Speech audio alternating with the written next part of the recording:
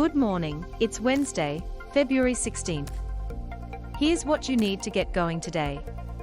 One thing to know right now, there's been a settlement in Prince Andrew's case. Virginia Giuffre alleged she was trafficked for sex to Prince Andrew by Jeffrey Epstein. Now both parties have reached a settlement. Here's the lowdown. Lawyers for Ms Giuffre and Andrew said the Duke intended to make a substantial donation to Ms Giuffre's charity in support of victims' rights.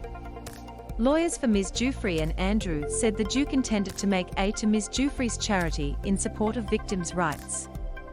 It was not clear whether Ms Giuffre would personally receive any money as part of the settlement. It was not clear whether Ms Giuffre would receive any money as part of the settlement. Both parties are expected to file for the case to be dismissed within 30 days. Both parties are expected to file for the case to be within Buckingham Palace, has declined to comment on the settlement. The Duke has repeatedly denied the allegations. The statement said the Duke regrets his association with Epstein.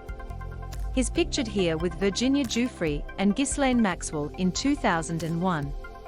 Supplied. One thing you'll be hearing about today, cautious optimism on Ukraine.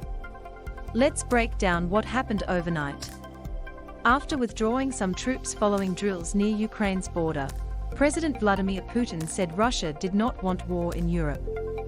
He said, "As for war in Europe, about whether we want it or not. Of course not. But NATO says it has yet to see any evidence of a de-escalation that could avert a military conflict.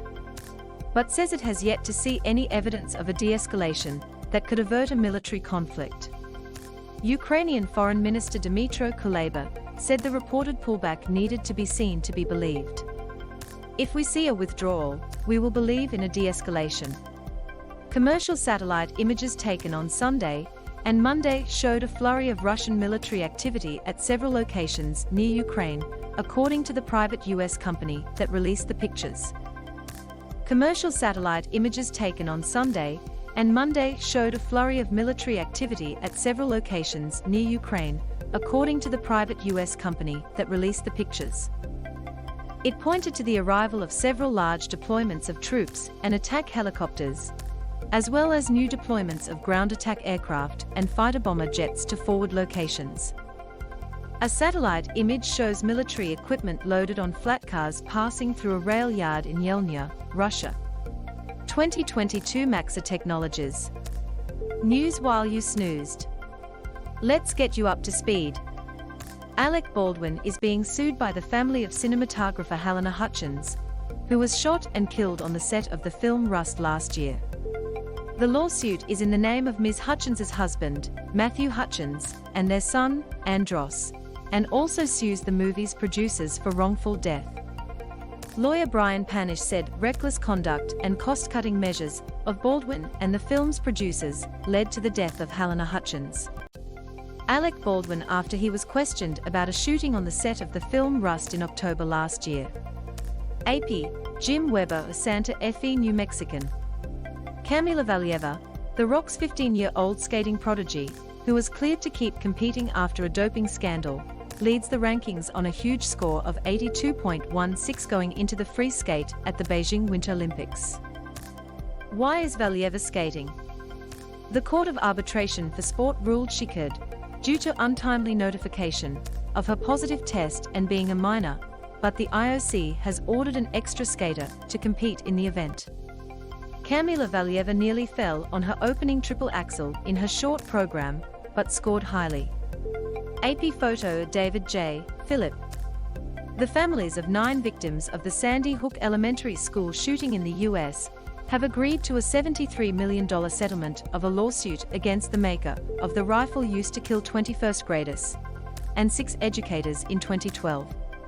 The families of 9 victims of the shooting in the U.S. have agreed to a lawsuit against the maker of the rifle used to kill, and in 2012. Australia's T20 men's cricketers have beaten Sri Lanka by 6 wickets in Canberra to take an unassailable 3-0 lead in the 5-match series. The News Australia is searching for Adelaide United, That'll be their surprise 2-1 win against A-League men's soccer champs Melbourne City. Away from home, Mo Tua scored the winner in the 85th minute to complete a comeback after Jamie McLaren had put City ahead early. That'll be their surprise 2-1 win against A-League men's soccer champs. Away from home, scored the winner in the 85th minute to complete a comeback after had put City ahead early. Bonza Airlines, that's the new Australian airline launched yesterday. Some of the routes the Sunshine Coast-based airline will offer include Mildura and Albury to the Sunshine Coast.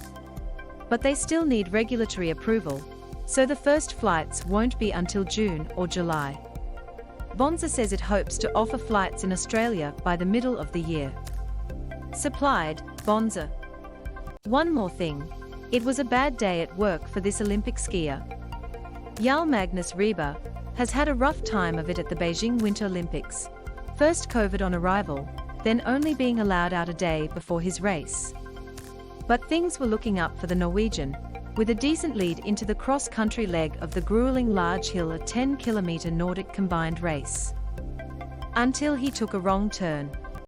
Norway's Jarl Magnus Rieber had to turn around after taking the wrong turn in the Nordic combined event at the Beijing Winter Olympics. AP, Aaron Favela. How did it happen? Well, after completing his first lap and holding that lead, Rieber went into the finishing chute instead of continuing around on the regular course. He quickly turned around, but had lost his lead and ended up in 8th. It's a silly mistake, and it's not fun to show the world that I'm maybe wasting a gold medal on that. That's it for now. We'll be back later on with more of the good stuff. Loading. ABC or Wires.